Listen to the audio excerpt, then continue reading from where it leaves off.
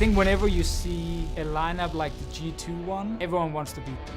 Because they have so many big names, they have so many star players. If you have the luxury to move one of the best mid laners in EU history to AD carry to make room for caps, you have too many damn good players. I'm gonna imagine that there's gonna be a lot of teams having a lot of excuses why they lost to us, but at the end of the day, they lost to us.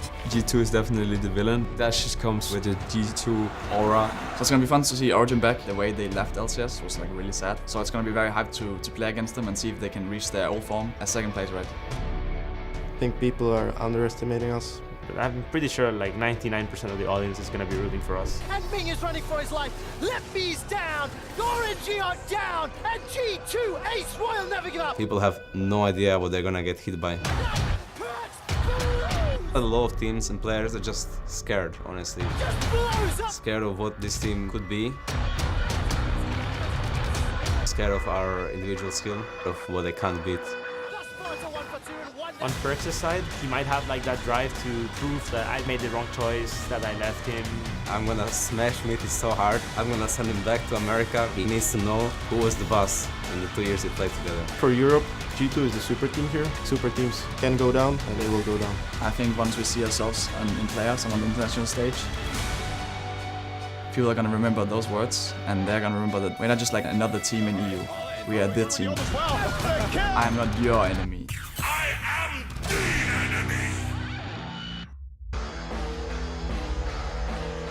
Welcome, ladies and gentlemen, to our match of the day. As you can see, Akali Caps hybrid. It's terrifying. It truly is. The power of Caps and Akali combined. I'm Daniel Rickus. This is Indiana Frost Square and Black. That's Andrew Vedius Day. They brought me back. Just to be clear, you're not Mr. Detective Vedius? Is that your name? I'm sorry, I'm just trying to make sure. It's Detective The Vedius. Detective The Vedius. I've never heard of him. Okay, I just wanted to... Who is he? You look similar, and it's hard for me sometimes to figure out I'm the a one of a differences. kind. Thank you very much, Daniel Dricos. All right, I didn't want to offend you. One of a kind. All right, well, luckily we have a beautiful game in front of us. It's Origen versus G2. The first time we called Misfits a super team, and trust me, we saw that performance. They were a super team, which makes me wonder, what does this super team look like? Because I'm looking at it right now, folks, and the combined ELO here is enough to get me to Challenger in like 30 seconds. And I'm really bad, so that's pretty impressive. The opposite side, though, I do have to say, also looking really good. The return of Mithy. This is something I'm excited about. Cold there on what could be a top-tier team. How good will Cold be? There's so many questions that are going to be answered in this first game alone. It's only day one of LEC. We can make broad statements. We can make over-exaggerated gestures, all from this single guy. I actually think the winner of the split will be decided right now, Dan. In this game? We're going to have to play out the rest of the split? I think this is it. This is it? This is all it takes? This is all the fans want. They just want to see this game, this one and only game. And it's going to be an exciting one. You already talked about the return of so many players. The creation of this new G2 roster, picking up so much fantastic talent. I think Mickey is a really underappreciated pickup, the fact that he is such a talented support, going to be paired up with a mechanical powerhouse that is Perks. I'm excited to see how this duel will work out. Yeah, there are so many questions about what type of start Perks is going to get. Is he going to play the traditional ADCs? Is he going to play some of the mages? In the LCK and the LPL, we've seen the Vladimirs, the Victors, the Cassiopeias into the bot lane, so Perks could reach for a more, let's say, traditional mid lane champion to start him off a little bit slow, or maybe he goes back towards those funnel ADCs that we saw, things like the Xayah, or possibly even like an Ezreal, because that would also fit in the mid lane.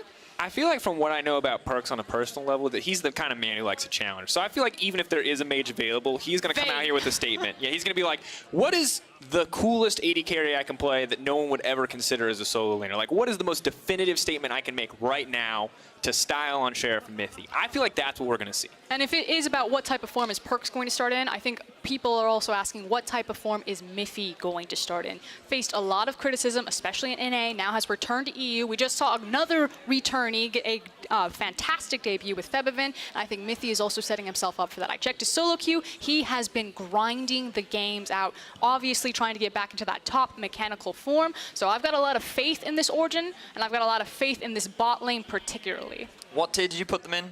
Frost, was it A tier? I put them in A tier. Yeah. Well, after Fnatic's performance earlier in the day, do you think Origen are going to come in stronger than what we saw from Fnatic? Ooh. Yeah, I like that. I mean, That's a that good was question. more so not necessarily Fnatic just underperforming, although I didn't quite agree with some of their decisions, but also I think SK surprising everyone in overperforming. So it's hard to say. I feel like Game 1 was actually a great series where you didn't have one team playing poorly. You just had two teams play great and one team just played better. Okay, well, we'll see if we'll have two great teams today, or which Origin will it be? Will it be the challenger to Worlds Origin, or will it be the other one that no one likes to talk about? I feel like those are the only two extremes that we have. I'm going to say that people really love talking about that other one. People, that's like a iconic League of Legends moment. If I remember correctly, there were like clown hats and little buzzer things. I think it kind of goes back to this idea of the supporting cast. You know, you talked about Mickey for G2. Well, everyone's focused in on caps and perks and caps and perks. On the other side for Origen, you know, everyone is looking at Mithy, but you have, you know, guys like Cold there, who never really got his big moment to shine. Yes, he's gone to Worlds and he has some great accolades, as majority of the LEC players now have this time, just because we've kind of like grabbed the cream of the crop and all just jammed them onto these super teams. Feels like we've got 20 of them packed into this league. But, you know, there is a lot of talent here on the Origen roster. I don't think you look at it and you say, this is going to be... Oh, no. Hello. Oh, no. He doesn't know what it's like. Wait, no, he's always in front of a camera. There's some controversy over that flower shirt, so before we get into game, let Deficio know on Twitter whether or not you like or dislike the flower shirt. He just bought it. He's very proud of it. He bought 5 of them for some reason. Once he finds a shirt, he really sticks with it. Don't know why, but let him know on Twitter. Wow, that's really cool. Well, yeah, Deficio was in part involved with the building of this roster. Slam when Vedius is like, that's really cool. When Vedius looks at me and he's like, that was cringy. You're like, uh-oh. We gotta abandon ship, guys. Come on, we don't talk about Deficio shirts. Yeah, but for Origin, what excites me is that they grabbed the players that were really shining stars on all of the players from last year. The players that couldn't really shine, the teams that couldn't really have success, but many of the players that were able to shine, like Alfari on Misfits, after they were falling down. The diamonds in the was rough. Exactly that. Cold on the Unicorns of Love. He was the player we kept talking about. And then Sheriff, he had so many star moments on H2K, even though they were consistently struggling. So I feel like now they're all put together, and now they should be in an environment where they can probably thrive and succeed. And it's exciting, too, because I think that seeing all this talent that people have often underestimated together on one team is going to make for such an exciting dynamic on this roster. And additionally, people forget about Alfari so much. It's good that you pointed out. You got to remember, when Wunder came back from Rift Rivals, when Wunder was like unstoppable top lane Western god, Alfari solo killed him in the first game. Twice, I think. Yeah, pretty sure. So you have to respect this man. And I think Wunder is well aware of that. And I think the fans after this game are going to be aware of it too when we see an incredibly contentious top lane matchup. I mean, you say that, but it's basically been Sion and Urgot going back and forth and just this kind of tug of war of, I push the minion wave into you, no, I push the minion wave into you. So I do hope that we get some spice and some flavor added into both these top laners. I'd like to see them go toe-to-toe with something a bit more I don't know what just carry-oriented. happened on stage, right? But they were laughing a lot. Perks turned to Mithy, showed him his socks, both laughed, and then returned to their computers. There was something about Perks' socks that happened between those two. I don't know what it is. I don't know what it's about, but it's clearly elevated the tension in the room as we're about to jump into draft. It's a secret, Vedius. Let's not talk about secrets in G2, okay? That's a dangerous combination. It's a new year. We need new memes, Frostgren. I'm hip on the old memes. All right, ladies and gentlemen, we are moments away from getting into Champion Select. This is your match of the day. Origen coming in on the blue side, G2 coming in on the red. And I just cannot wait to see what the strategies are going to be here. How are Origen going to try and take down what appears to be a titanic lineup? That is the #1 question on my mind. Yeah, and I'm curious kind of what successful start that they might find, even if it's win or lose. Of course, coming over from Copenhagen, this is going to be their first time, you know, spending the weekend in the studio, playing all of their games before they fly back to their incredible facilities back in Copenhagen. Very excited about this music right now. Very hyped, very tense. Really sets the scene for these two titans going at it. We see some pretty standard bans across the board right now. Galio, Akali, Aurelia, Aatrox. Nothing too unconventional. Cassio is still left up and available. Surprised that European junglers have not put that much priority on Camille today compared to the East in LCK and LPL, who really value that jungle pick. It's not just the Cassio, that's what I was going to say. It's also the Lucian that was surprisingly missing. Again, if it's against Perks, one of those champions that he played repeatedly or can replay in the mid lane is someone like Lucian, which fits so well in this meta. And the bot lane, I think it would just be a massive error to leave that champion open to anyone, much less Caps. Now, what I'm expecting is the Cassio ban here for G2, unless they're fine playing against Origen's Cassio, but I think that's always a gamble, giving it to someone like Nukeduck. Ooh, interesting. They're actually going to leave it open. So the thing here is, in terms of priority, yes. Snap pick. But remember that Mickey gets his Rakan. And one of the things that you have to say about this man from last year is, you can't give Mickey Rakan. It's by far one of his best champions. He used it to climb to rank 1 on the server in 2018, and it is something that he can have so much success with. This is 100% calculated. Now, we have seen other teams globally leave over in the Cassiopeia, but not find the correct counter matchup. But again, it's a former mid laner who is now possibly facing a mage. Now, Cassio can be triple flexed from top, mid, and AD carry, so there's still chances, and it looks like it's going to be that mid or that top. The Morgana and Draven insta-lock, and to guarantee themselves a strong 2v2 into the bot side, they must be expecting something like an Ezreal. So And Venice, we have to remember last time we saw Draven Morgana, it was at the hands of Mickey X when I saw it last time. You got to remember it was him and Hansama who were tearing through lanes, so he knows well the power of this matchup. And Patrick, an absolute master Draven player, but now the Zoe locked in as well. So many questions as we enter the second ban phase. And it's a direct response to the Rakan, and now also the Zoe, obviously the Morgana being locked in before Zoe. However, that black shield, trying to create a bit more of a safety net there, allow that Draven to run forward and be hyper aggressive, as well as complement his wave clearing ability, have the pool so you can start farming through those minions. So I do like the pickup of the Morgana, but kind of interesting that they just reveal their Cassiopeia flex pick out of the gate. Yeah, remember that it can still move between top and mids. I think right now, what G2 have done, my issue with what G2 have done is they've clearly defined that Urgot is top and Zoe is mid. They've come prepared and said that we're fine playing Zoe into the Cassio, but now Origen have the opportunity to get a strong matchup into the top side, or they just put Cassio up there and then they pick some kind of counter pick into the Zoe that they may have prepared. I would expect that Lee Sin would probably be the last jungler taken if they continue to pinch this pool, or maybe they leave it open so they at least have something to grab from the jungle. Camille is still up and available. Camille, Lee Sin, Zac. And Camille very much a Yanko special. Is another one as well. A lot of the aggressive junglers taken off the board, but the remaining pool is still very large for the jungle right now. Of course, a lot of innovation coming out as well with the Hail of Blades changes. Saw the Xin with it. Maybe see the Kindred as well, but the Yasuo being taken off the board. Looking at that, of course, solid interaction into both the Morgana and the Draven. Not looking to give Perkz what could be a comfort pick on the bottom side, albeit a bit of a controversial one. That would be scary bot lane, though, a Yasuo Rakan, so I quite like the ban. I'm surprised that G2 wouldn't look to try and put more focus on their jungler. There it is! Now, the Karthus could be flexed between jungle and bot, but right now expectations are that it's going into the jungle. With a lot of the aggressive junglers taken off the board, I think they're quite happy to blind pick it, and I guess they don't have that much faith in Cold's ability to play something like a Lee Sin or maybe a Camille. And that's the thing, because you can heavily punish it if you do try to group up and get on its face, because ultimately, Karthus late game scaling, if it does go into the jungle, like you said, Vidius, this thing presses R late game and basically wins you the team fight. So anytime Karthus is in the game, it puts a timer that you must win before X minutes, otherwise you automatically forfeit every team fight. Well, it's fortunate then that Origen have drafted themselves a pretty strong early game comp with things like the Draven, Cassio, a little bit more on the scaling side, but you have options, especially with Gragas in the early game. With the amount of damage he can bring, I definitely think it gives you a lot of options across the board.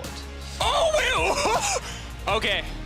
Vedius, there's a lot of flex picks here. Frosco, there's a lot of flex picks here. I need you to tell me what's happening. So I think it's Zoe bot, Jace mid, Karthus jungle, Rakan paired up with the Zoe.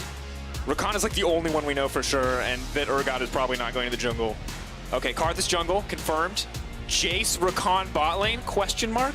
Jace ABC. I do want to acknowledge OG on the opposite side. They appear to have locked their positions. Sion, Gragas, Cassio with Draven Morgana.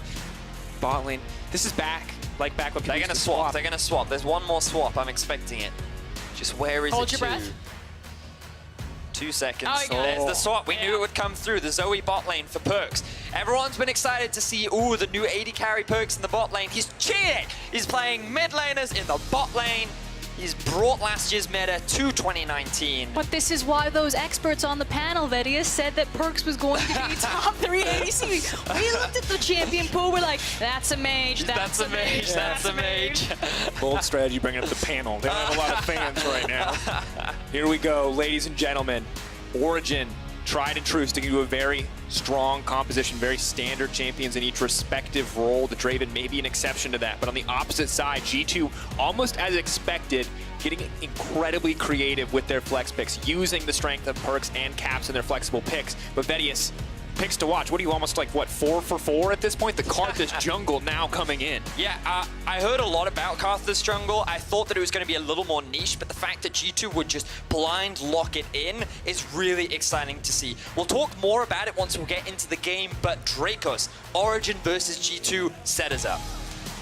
Ladies and gentlemen, this is it, the G2 super team. Is it going to be everything that was promised? Caps and Perks together on a single lineup going toe-to-toe with the return of Origen, the power of Deficio and Xpeke combined, those players on the stage. Is it enough? It is the match of the day, folks. Origen blue side, G2 red. Let's get it started. So, going back to that Karthus pick, before we get into anything else, Spirit did play it earlier in the day up against, on the side of Afrika Freaks against SKT. And one of the cool things about Karthus is that, as Frost said earlier on, his scaling is fantastic. His jungle clear is very quick, but he doesn't really like skirmishing in the early game. 2v2s are not really his strong suit. He basically just wants to sit in the jungle and farm, and then once the team fights start, due to all his AoE damage and the amount of crowd control he can provide, he is just this really potent team fighter that G2 will have right in their back pocket ready to go. Which means you now have 2 options if you're Origen. You need to either skirmish the Karthus and make sure that you can get those skirmishes or those claps on him, or you try to out-gank him in the limited windows that you have before he can start impacting the entire map. Now on a champion like Cold's Gragas, that's certainly possible. Level 2, level 3, level 4, he can gank at all of these different points. It's about what lane he's going to choose. It's one of the big questions. I really hope that we see investment towards the bot side of the map from the side of Origen. I think that when you're running a Draven, you kind of have to get him ahead. I think Alfari versus Wonder is going to be a very neutral lane. Mid, it's quite unique for me because I've never really seen a Jace versus Cassio matchup, and I could see it being quite challenging for the Jace because his range isn't that long. And as he tries to last hit the minions, you'll often see Nukeduck landing those Noxious Blasts on him to try and zone him away from the farm, as you're seeing right now. And as Nukeduck gets more levels, this matchup, in theory, should get harder and harder until Caps completes that Hexdrinker. Now, in the LPL, I see this matchup a lot. That said, it was Rookie's Jace, and Rookie's Jace would normally come out on top in this, but I'm not going to say that that's the standard for how it goes. Find out more. Cold hitting that level 2 point. Not going to see any aggressive ganks coming out yet. And the Karthus, of course, as predicted, just going to continue to farm up. Took the bottom side of the jungle, now headed to the top. Not interested in going to that river any more than he absolutely has to. But I think, as expected, the bottom side for OG right now, just applying the pressure with the strength of that Morgana Draven. And I like the confidence from OG that they put such a high priority on Patrick to give him such a strong pick. And it goes back to that, I don't want to say it's like a brainwashing thing that Deficio's running down there, but every time you hear the Origen members getting interviewed, they all say the exact same thing, like it's a brotherhood. It's more than just a team or a family. And it's all just this idea of you've got this young star and Patrick and Alfari, you just have all of these flanking veterans around them and you make sure that they shine. You polish them up. This is going to be Sven 2.0. And who better to train him than Mithy? Coming back to Europe, big question mark is what his level is going to look like. Of course, an all-star player last time he was in Europe. Did suffer a bit in NA. An unfortunate performance there on the TSM lineup, but returning now, spamming solo queue games, as you said, hundreds of games already in the preseason. Mithy alone has 109 games on a single account on Gragas support of all things. And that's just one of the accounts that I found. This guy is like his fingers to the bone, playing as many solo queue games as possible. And I'm excited to see what he can bring to the field today. Mithy is a guy that many fans have got question marks around. He didn't have the best performance on TSM. He was kind of in the prime of his career when he was with G2. The moment he left, both G2 and TSM started to struggle. And now they're reunited, but this time on opposite sides of the rift. And I cannot wait to see how this lane continues. So far, things are going in favor of Patrick and Mithy in terms of pressure, but Perks keeping up in the farm department. And of course, if you want to keep an eye on Perks' perspective, you can head over to Riot Games 2 for our POV stream. From the eyes of Perks, you'll not only get to see Patrick's laning phase, but you get to see Perks on Zoe in bottom lane. It's a novelty you might not always get to experience. Patrick, though, not interested in giving you a good show. He wants a gray screen stream. And we do see Jankos heading towards the mid lane looking for Nuke Duck. All pain does come out, bit of a slow gonna land, trying to stop any dashes from Jace. Nuke Duck sidesteps, well played there. Very impressive stuff from Nuke Duck, but I'm looking at this bot lane. And clearly the, oh, hold on. Sleepy Mithy, Ignite does go down. We're going to get a little something here, but Patrick just firing back with these auto attacks. I really want to go back and praise the target selection for Nuke Duck there to hit the Miasma on the Jace, obviously trying to interrupt Jace to gap close and to flip onto Cassio, because that's when a lot of that damage could have come out. Cold trying to steal away the Gromp, won't have the opportunity to because he recognizes how close Perks and Mickey are to the jungle area. Will mean that he's just now warding around. Is he looking for a potential dive? There's no mana on Mickey. Those are very healthy members, though, against a very strong turret. I think he's just making sure that they can force this wave in. Yep. Yeah, and create space for Patrick and Mithy here. I think both bot laners are going to have a truce and make it back. And of course, that first back for Draven, going to have to keep an eye on that gold total to see what his options are going to be. And if Zoe can get that lost chapter, get a little bit under her belt. But of course, BF Sword an option for Patrick. That does make for one terrifying Draven. And we did see Hansama start off on the right foot with Draven just last game, get a very early kill. But obviously, Draven would like to sit in there, get his stacks a little bit more, you know, a little bit more farmed and more bang for your buck when you do decide to kill someone. So there's the Hex Drinker now completed for Caps. The Vamp Scepter also being picked up for Patrick, I like quite a lot. And I think that in terms of the mid lane matchup for the time being, it's going to be relatively neutral. You can see that Nuke Duck is a little bit behind for the time being. The fact that Caps can rely on his auto attacks to push, I think, has helped him in these early stages. But now that Nuke Duck has that mana that he can spam, he's in a much healthier situation. Yeah, that's the big thing. It's going to completely change the trade dynamics now that he doesn't have to use his mana just to secure the last hits and can instead try to use it to bully Caps. Whereas, like you're saying, Caps needs to go into melee form if he wants to have the same. Beneficiary. And honestly, I'm just glad to see a battle between two strong individual mechanical champions, between two of the best mid laners in our league. No doubt, G2, you know, winning the offseason almost with a single pickup as they managed to grab Caps. Fantastic stats across summer as we do see the banding land, and the comparison between the two is just so interesting. Caps' numbers, out of this world. 14 solo kills. Now, admittedly, a lot of those were on Sir Nukesalot's Zyra from that single game. He got about, I think, 6, but still impressive numbers across the board. He just goes to show how strong Caps was last split, and you kind of compare that across to Nuke Duck, who statistically never really looked the strongest, but he is a player, tends to offer a lot more outside of just the in-game. And it's hard to kind of find the tangibles of what that means, but for me, it's a lot of the invisible pressure, and again, that veteran status. Every time you talk to the OG members, they seem to have the same framework of mind. They're all moving to the same direction. They knew who they wanted. Nuke Duck, mechanically very strong, but it's more about his presence in team fights, his presence around the map, and his presence of how he's guiding his teams in comms. But also just the amount of experience and knowledge that he has, especially a bit of a fight down bot lane. Stand aside already used. Bonding is going to connect. Immediate cleanse comes out for Mickey. Does not want to let that action continue, and Perk's now trying to fire back. Not going to connect there, though.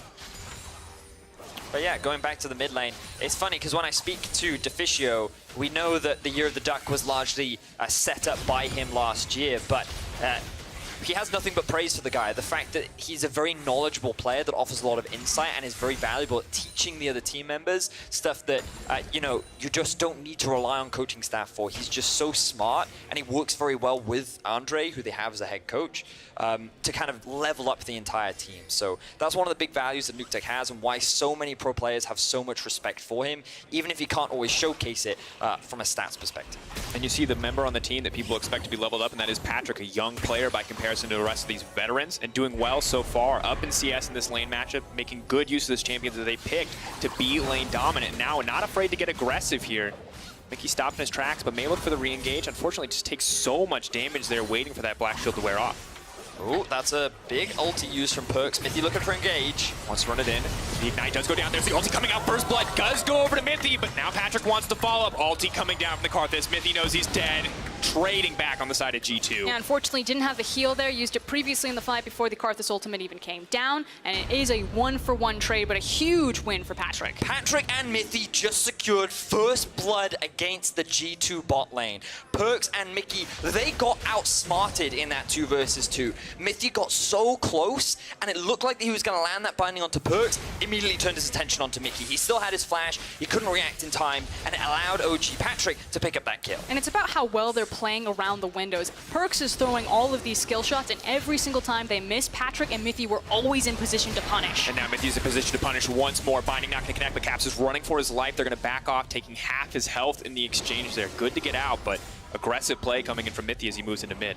And I like to see this from Mithy, roaming around the map, looking for opportunities to help his team. He rushed the boots of mobility, and it's something that all supports will do a lot more these days. Rather than just go straight back to the bot lane, we'll look to work with the jungler to see if they can utilize some kind of pressure somewhere on the map, maybe get a bit of vision down, and maybe even convert it into a kill. And always try to change up your gank paths. Mithy tried that from the bottom side, but try ganking through top. It's more often not warded off. So keep your eyes on what Mithy does here. He walks up to Perks, makes it look like he's his target, immediately turns on to Mickey. He wasn't expecting it, and if it wasn't for the Ignite, maybe OG walk away with 2 kills, but unfortunately the Requiem is enough to allow the 1-for-1 exchange, and Jankos now, after all that farm, picks himself up a kill. And honestly, the saving grace for G2 in that exchange is the fact that Mithy got the kill and not Patrick. All that farm, all those adoration stacks, not wasted, but definitely not consumed. So G2, not as bad off as they could have been. Both the Karthus pick and the kill to Mithy kind of saving what could have been a very bad play. Right now he's sitting on about 320. Jankos is hanging around. Where's he gonna go? Trying to find the knock. Blocked up! Sonya's comes out. Now looking for the fire back. Mithy is gonna get taken down. Has he gone too far? A sleepy Draven, not gonna be able to back that one up. Patrick though, still hungry for blood. And ladies and gentlemen, NA Mithy is dead. EU Mithy is back, at least on the back of those first few bindings. He is looking clean. And Cold is looking for the 3-pointer right now. He just wants Mickey to step forward so he can dunk on him. But that interrupt from Patrick was clean. I don't know if that was reactionary or just luck, but regardless, it stopped the engage from Mickey dead in its tracks, and it meant that OG almost got themselves a kill. At the very least, it will net them 3 turret plates. And OG's bot lane looking good. Looks like we're going to get a replay of it. So. I think it was definitely in advance because he wanted to interrupt Mickey as he was trying to escape. It was just convenient timing that he was trying to engage at the same time. Doesn't matter, looked cool. Definitely looked very cool. I gave credit to Mithy. I was wrong. Patrick, powerhouse here on the bottom side. Gets the Bloodthirster as well, so going to be very hard for Perks to poke him out. They're going to have to commit for a little bit more if they actually want to cut through the Draven. And of course, the Ignite not available quite yet for Perks, so very difficult to pull anything off here. And unfortunately, while Karthus can walk down there, Jankos can use the Wall of Pain. He can try to make those ganks work. We just saw the attempt there. That's not really what he wants to do. Back to Vedius' point, Jankos wants to sit in his jungle, and he wants to continue to farm up, get more items, get more to his defining ability to be that ultimate. So unfortunately for Perks and Mickey, there might not be a lot of help coming for them in this bot lane. It's true. Also, Karthus wants to ult whenever there's a free kill to steal. Alfari now TPing bot, Cold in for the collapse. Looking for the play here, they have to watch out. Where's the jump going to go from Perks? Could try to dodge a skill shot here. Is he just going to try to make it out of the wall, but knock back? So much CC comes in, and Mithy going to grab another kill. Bloodthirsty support, man. I can respect it. They're trying really hard to give these kills over to Patrick to get this Draven snowballing, but they have been unable to do so as of yet. Now, there are 4 members down towards the bot side. That TP from Alfari was necessary in order to secure the kill, but what will they lose off the back of it? And it means that they really need to be conscientious of what they're trading here. So it keeps going back to this idea that Mithy's picking up the kills and he needs to go to the ADC. It's almost a bit more punishing because now Alfari is also trading the experience, the gold, the tower damage, the plating to try to make these plays. As we take a look back at this one, you can see Perks landing a clean bubble, but of course, TP committed here, willing to give up a lot just to stop this lane from getting anything else further. And just, I like that we said, OG, you got this bot lane to play around, and they're just doing just that. And Cold, the reason why he didn't barrel so early is because he actually used it to get into the Dragon Pit, so that G2 wouldn't be able to spot him as he made his approach towards the bot lane. What I would like to bring attention to is when we actually look at the gold, both Patrick and Mithy are ahead, but all the gold for G2 sits on Jankos right now. He has been doing a great job of farming, and he's kind of that late game insurance for G2. Even though the laning phase isn't going the way that G2 would have liked, he's going to offer this late game team fight damage that will just be so beneficial for G2 the longer this game goes on. And now we need to zoom out and kind of look about how this composition works. When you have a Zoe and when you have a Jace, obviously Poke is going to stand out, but now put a Karthus on top of that. If one of these bubbles lands, if one of these shock blasts land, and you half health anyone, at a certain point, Karthus is just going to finish the job, and you don't even get to be interactive in any team fight. At this point, that's exactly what they want. Of course, Perks here playing it out in the bottom lane. You can watch his perspective on the POV stream. Over on Riot Games 2, we can see now what he's doing, where he's clicking, how he's going to survive this lane. He actually clicks very far away from his champion. Interesting. I mean, normally when you watch Faker, his mouse is much closer to his champion. It helps him actually keep track of where his champion is. Was Faker at Worlds? That was what I was going to say. Maybe clicking farther away is just better, Frost. If you get lost in a team fight, click closer to yourself.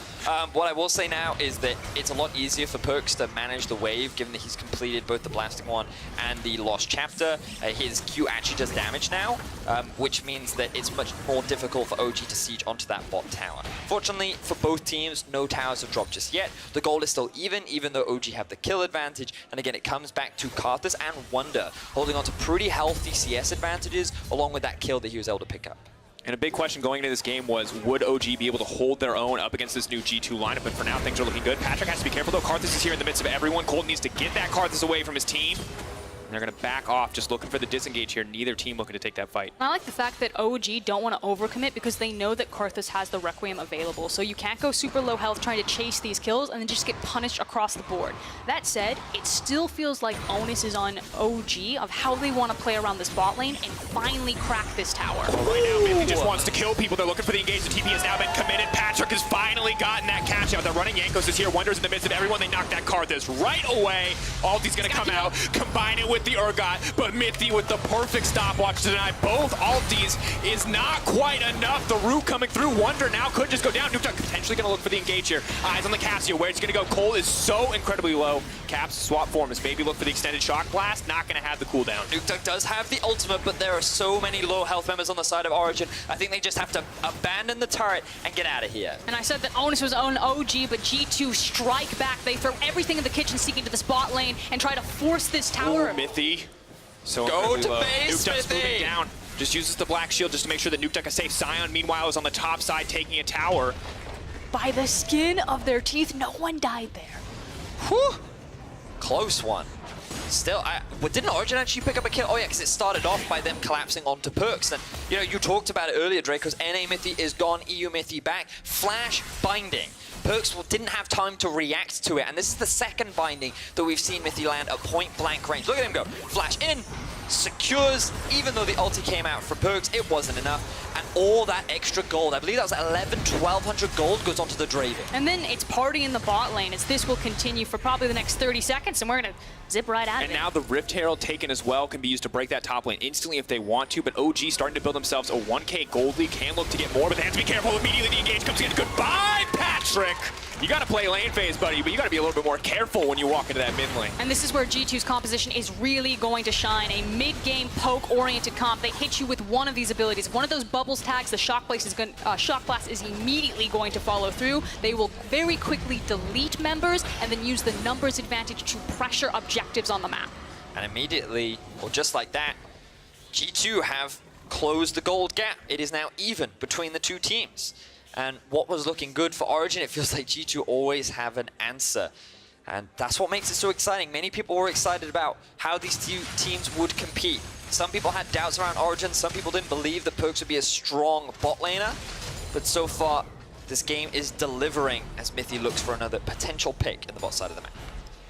For now, settling on clearing out a bit of vision. Perk's going to break down the top lane tower. G2 continuing to keep that gold lead at 1k, and OG yet to break a tower. Bit of standing gold for them to pick up, but now that turret plating has fallen off, hard to get anything more than that. I actually like, I think this is quite clever from OG. They knew that they were unable to rotate in time to the top lane to save that tower, and instead they secured their vision around the dragon, dropped the Rift Herald, and just tried to trade objectives. Now they might not get the mid lane tower, but they did enough damage to it.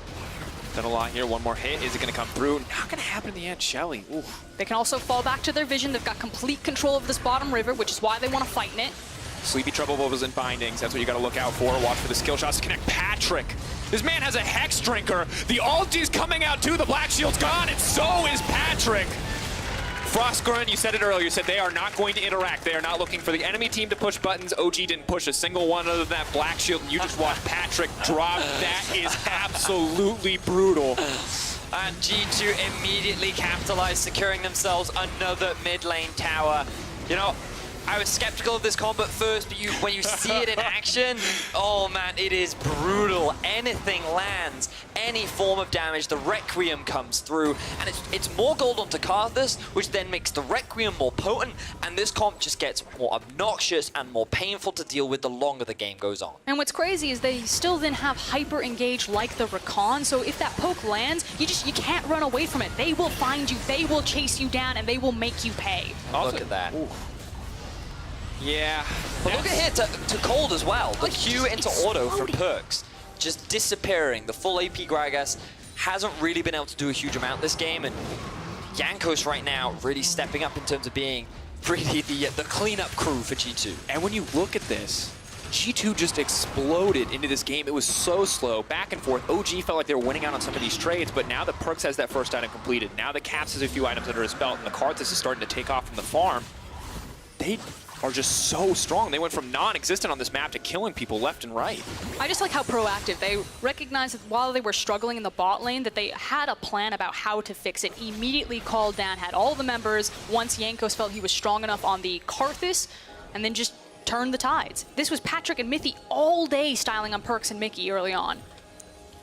And honestly, it just keeps getting harder as Jankos continues to farm up more and more. 2-0-1, yeah, there's a bounty there, but how are you ever going to get on top of that Karthus? And if you do, are you even excited about that? When he dies, he's just going to kill you. What's crazy is about how much base damage he's doing. Oh, God. No! The Red Crim's almost up. Mithy, you got to get to base. Run, Mithy, run! This is a nightmare.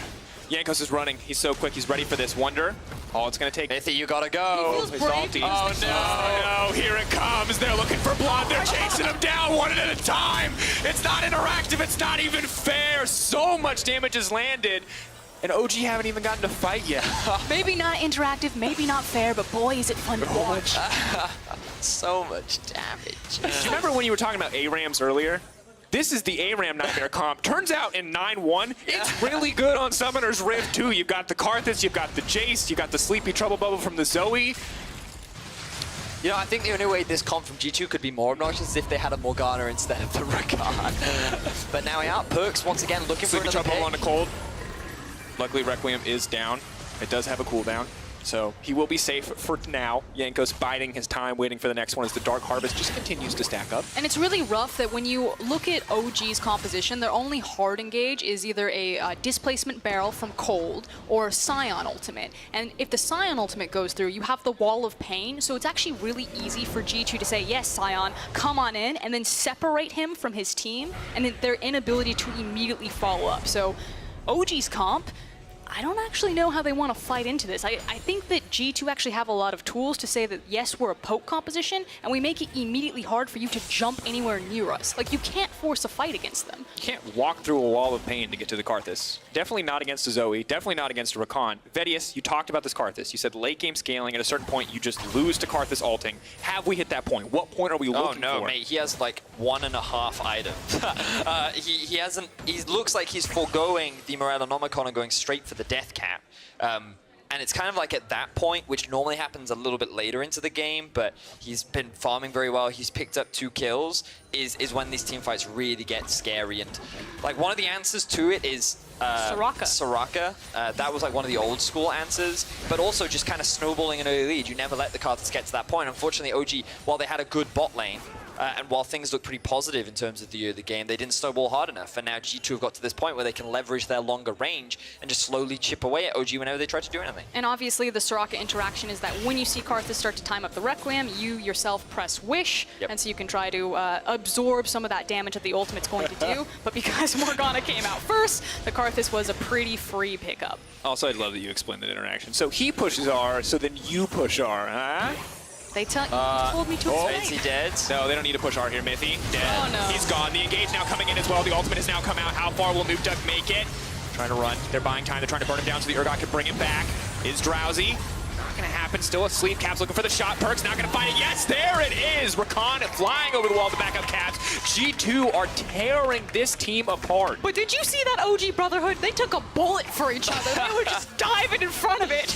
But they can't do anything. They can't play League of Legends. G2 is just constantly keeping them at arm's length. And everything that OG tried to do gets immediately destroyed. And honestly, Carlos, the reaction, what else can you do? All you can do is laugh after watching a play like that. This is just so disgusting. Alfari getting a tower back. Their first of the game. On the board. Not going to be perfect game today, Vedius. Wow. So this is where things all start. Mithy just doesn't see the Sleepy Trouble bubble come out. At this point, he's like, guys, I'm dead, just run. But Mickey's like, okay, we can engage this. He lands the ulti, the Requiem comes through. They feel like they can keep chasing. And just look at how far G2 are away, yet they're still able to just blast through Origen. And just... How many buttons did you see OG push? I just want to refresh for anyone who's watching. How many auto attacks did Patrick get to throw? I think the answer is 0. They can't get close enough to fight them. This is just like missile fire raining from fog of war. Yeah, this is like infantry trying to fight artillery. It just doesn't work. That's not how it goes. You load up Civ and you've got a catapult. And of course, the Baron power play with Shell V power. I mean, G2 were already very powerful, so now I at went this there point, as well. yes. Good one. And now, all right, here's the flank from Alfaro. They're trying to collapse onto 3 members. Oh, Patrick, might be no! overconfident, but this is the bait. Patrick now running for his life. Oh no, no, here comes the engage from Mickey X. Jankos is there waiting in the wings. The Requiem not quite available, but they don't even need it. Wonder now getting the fear. Oh god, it is an absolute massacre. Jankos running down cold. Mana, the only thing that's going to stop him from killing everybody on this lineup. G2 taking their time as they run through this OG lineup. 4-man knockup for Alfari. At least it looks cool because it's not going to save his life. It is not enough as G2 just obliterate OG once again. Ultimate Cole coming out, and that will kill Cole. The Shot in the ace back for G2 eSports as Origen crumble. The minion waves prepped for them up into the bot lane. You now have all 4 members, plus the mid wave being prepped. And honestly, G2 are the perfect villains right now. They just pulled the quintessential villain move. They said, I'll let you walk away, and then they shot Cold in the back. That is #1 villain classic right here. Oh, Storm man. the base. And honestly, I feel like for the first 15 minutes of the game, I was like, OG can do this. And then the second this G2 composition came online, it was a game of solitaire for G2. They're just throwing skill shots. There's nothing that OG can do right now, and it's looking grim. Last dance here. Mithy and Patrick against the world as the rest of their team is going to start to respawn. Everyone is up now. Maybe G2 overstep and offer OG a way back in, but I don't know if it's going to happen. Unstoppable Scion looking for the Drift. Mickey just goes right over the wall. They're just going to follow up. The Shock Blast is massive. Mickey with these clutch engages time and time again. It is just too much damage for OG to deal with. They are too far behind. 10,000 gold is the lead that G2 are currently running with. And look, they can't even get close. Them. He says, you're not getting back to that Nexus, but Nuke Duck now going to try to fire back with a kill of his own. Uses the Saros, but Perks is jumping over the wall. Wonder going in for the kill. Patrick running for his life. Thinks he can juke his way around the base gate. So many low health members, but he doesn't have the ultimate. Here comes Jankos. He flashes forward. He takes down Jankos. Oh, at least he gets the sweet outplay in the end, but it is not enough at the end of the day. The G2 super team making it look so easy as they tear their way to the Origen lineup. Mithy forced to stand in that fountain, but it's not enough to save him. It's just too much, folks. The poke comp, it cuts him down. G2 coming in here with a statement win, throwing their lives into the fountain in a sign of disrespect as they take their first win. We saw Fnatic fall in game #1, but G2 stand strong, and they look to be the true super team, if not the boogeymen of the LEC, and boy, are they one to be feared. Well, Perk said it in the video. The LEC doesn't know what is about to hit them. And I think I can quite confidently say... When you throw that many skill shots from Fog of War, I was not expecting to be hit by that from G2. 27-minute win. Origen, things looked pretty good in the early game. Perks and Mickey, they were struggling against the Draven Morgana duo, but Jankos was quietly picking up kills. The composition was slowly building into its prime, and the moment they started grouping, that was it. OG had no answers. And that was terrifying. And I think if you look at that game and the way that it played out, you see some vulnerabilities maybe in Perks' laning phase getting shut down, you know, having the pick there with the Draven Morgana to make sure that he couldn't do a lot. But when the team came together, one of the big questions was how coordinated will these guys be? But hey, they didn't have to be coordinated there. They're all just throwing skill shots at the enemy. Very clear game They plan. just had to learn how to aim. That was...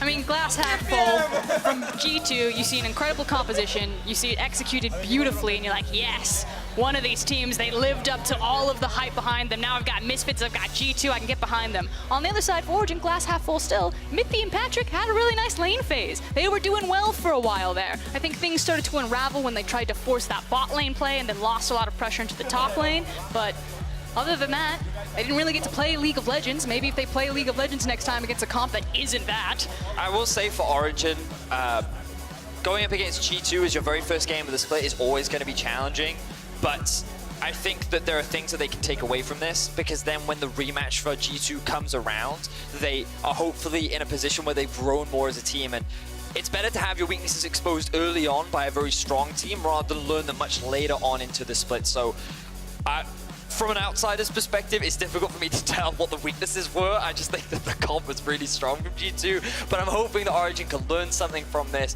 and they can use it to only improve and make the rematch that much more exciting. And as a spectator, we've answered some of the questions about Origen that we had going in. Mithy playing much better than what 100%. He did towards the back half of his time in NA, so already that looks like an improvement. And Sheriff, a lot of people were wondering why this guy was the priority pickup for Origen, but he's showing he's a mechanical monster. He can compete when he's given the opportunity to do so. Sadly, after 10 minutes, he was no longer given the opportunity to do so, but still, some flashy moments, some incredibly good plays. I'm afraid no, this is Patrick. Remember, he did name change, he did have a good performance. I was very impressed. But yeah, we'll see what's in store. I hope we get to see how Farion carries a little bit more in the future. We've seen a lot of him on tanks last year. I've been building up a lot of hype around Alfari. I hope we do get to see him be more of a threat moving into the rest of the split. I would expect it. Again, changes to teleport. Your lane phase is that much more important, so Alfari should really thrive here in this meta. Absolutely should. Well, after an interview with Caps and Perks, you can watch Shox, Quickshot, Deficio, and Xpeke in the LEC post-game lobby. And for our final matchup of the day, your choices for Kia Player of the Game are Perks, Yankos, and Mithy. Hit us up at LO Esports on Twitter with your vote. What do you guys think it's going to be? Ooh. Honestly, they might give it to Mithy. They might. It was just like, that was really mean what G2 did. I think Yankos, he pushed that R button frankly, at exactly the right time. And Yankos were playing Duck Hunt, and Mithy was actually playing League of Legends, so. Also Mickey was good. But I don't know, I like the push R to win. I feel like Karthus has to win MVP at some point by pushing R, and I feel like if anyone did, it was definitely Yankos. Yeah. He did definitely use it for BM when he killed Gragas in the base. Like, it was a statement kill. That's what that was. Just like, okay, Cold, you can run free. I could save this for the next fight since 4 members of your team are dead, but nope, boop. That one's for you. Got to get that ace. Beautiful stuff from G2. I'm excited to see what they bring out tomorrow. I'm not entirely sure who they're playing tomorrow. It's Fnatic. No, it's not. Oh, you're right. Fnatic plays against Origen tomorrow. That would be a good game, though. I was thinking, like, can you imagine how when you're looking at your schedule and you're like, oh, thank goodness we don't have to play G2 again. Thank goodness we play Fnatic. Yeah. You're like, that'll be the easier matchup. What is happening? G2 Schalke tomorrow? Everything's Perks is going through what is supposed to be the top tier 80 carry list. Like, I'm never going to play an 80 champion. You are playing mages all the time. Remember that meta you hated? I'm bringing it back. For more on G2's win, let's leave it to Laura, who's sitting down with Caps and Perks. Thank you very much, Dracos. Last game of the day here, and game of the day. What a game for you guys. Congrats on your first victory. So I'm really glad we can talk, because we have so much things to talk about. You were the most spicy team in the off-season, I think. So first things first, how was your first game, Perks? Well, it was a bit shaky, a bit rocky, because I'm playing a new role and I'm not really familiar with like all the matchups and everything, and I'm not really like super confident yet, but I'm quite confident that I will become the best.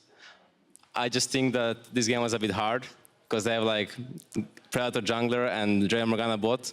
So we were kind of farming it up in bot. And then when we hit our Luden's Echo Power Spike and there was a skirmish happening, then it started going really, really fast. It's, I don't know, just our scrims.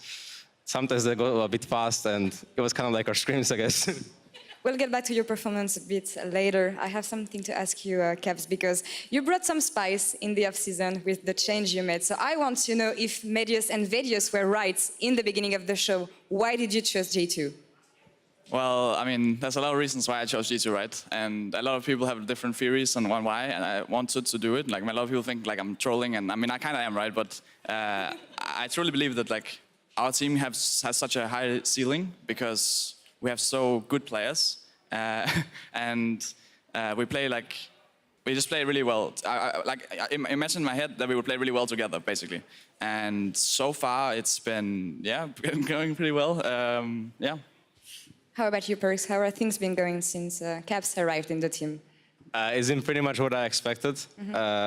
I think that we are like all so good. I enjoy playing with my team so much that every scrim is just like every scrim day is just a blessing. So we are kind of in a honeymoon phase, but it's like lasting for like a month and a half already. So I think that we have a lot to work on in terms of our discipline and yeah, mostly our discipline and overall like how do we see the game together. But that's like, we're a new team, so it's all kind of standard. We just have to try a bit harder, like we're having a bit too much fun, you know, like, I mean, I'm really having fun, yeah. Having fun still, but winning so far so good. You were telling later that you make a big change, you two, leaving your lane kingdom, leaving it to Caps. So why did you choose to go to bot lane? I know you used to play AD carry once or twice, but... Well, I chose to go bot lane because I'm not an AD carry, I'm an AD/AP player for G2 eSports. I can't be the carry because there we have top carry, mid carry, jungle carry, and support carry. That's the new thing, so I'm just an AD/AP player. But I chose to do it because I thought that I could be the best in like what I do, like playing bot, right? And it was the best chance of me to get a good roster. So yeah. I think that's the best possible roster I could get, and that's why I did it. You're saying AD and AP carries. So far, the meta has been good for you, but okay, imagine in 2 patches, you can't play APs in the bot lane. You do feel comfortable? I'm fairly confident already that my ADs are on top of the table. Perfect. Are you confident in your bot laner? Yeah, I mean, as like what I've seen so far, I would probably say like during scrims and stuff, he's like probably the second best AD in Europe right now. I mean, obviously, there's like another AD that's a bit better than him, right? And that's obviously me, right? But we're gonna save that for another time. So. Yeah, I mean, we have some spices already. Like Cups has some really good AD carries that he's better than on me, and I have some champs that I'm better than on him, right? I do, right? Yeah. I mean, Zoe was pretty good today. So. Yeah. So there is a lot to come, yeah. Awesome. And are you helping him so far? With the knowledge you have as a mid laner and the knowledge you have of the team and how the team works, because you work with Jankos, are you helping him setting up? Well, I think that it's that they're really funny. So yeah, I mean, I don't know. They're not much to say. They're just really funny. Yeah, I mean. Like Perks doesn't like it that much when Mickey laughs like at Perks, but other than that, we have pretty good synergy so far. They're also cocky as well. I don't know, like everyone, like Wunder always tells me that he's better than me on AD. Mickey always tells me his Gragas clips against me on mid. Cups always brings up his solo kills against me. Like I don't know, everyone is just like so cocky on my team, so I have to like be a bit more humble, you know. And yeah, I mean, I'm very cocky as well. You've always been like this, I think. So. Keep on going this way. Last question for you, Caps. You achieved so much last year, going to Worlds Final, winning splits. What is your next achievement? What do you have in mind for this year? I mean, obviously, like the big thing is like we want to win Worlds and MSI, right? But that's basically what I've always wanted. Even before I joined LCS, like that's. I mean, it was LCS back then, so it was even before I joined LCS and now LEC. I always wanted to win Worlds and MSI, right? And like prove myself and my region. And obviously we failed to do that like in the final, but I just think like we're a new team, right? So we have to take like one step at a time. And obviously the first step was beating OG today. The next team is Schalke tomorrow, and then we're gonna take it like one step at a time because that has been proven to me throughout my career to be the best way. When you start talking too much about like the future and how hard you're gonna win and stuff like this, then yeah, it gets pretty bad. First things first, that's a good way to see things. Now you, Perks, how are you feeling about the game tomorrow? He was mentioning Schalke. Well, it's pretty much same as he feels. I feel like one step at a time is the best. I think beating Schalke tomorrow should be doable. And I just don't want to focus too much on winning and more like improving as a team and enjoying what we do together, because I've been very tunnel vision on focusing on winning last year, and I didn't really get to win anything, like actually winning anything. But I got some success at the end, right? So I realized that for myself, it's better that if I just enjoy on the progress and the process that we are doing and having, and just enjoy our time together. and like winning will come naturally with that, right? So, yeah, I mean, yeah. Enjoying and taking your time. Those will be the last words. Thank you both for joining me today. And to wrap up this day, we're gonna send up to PGL with Shocks. Take it away.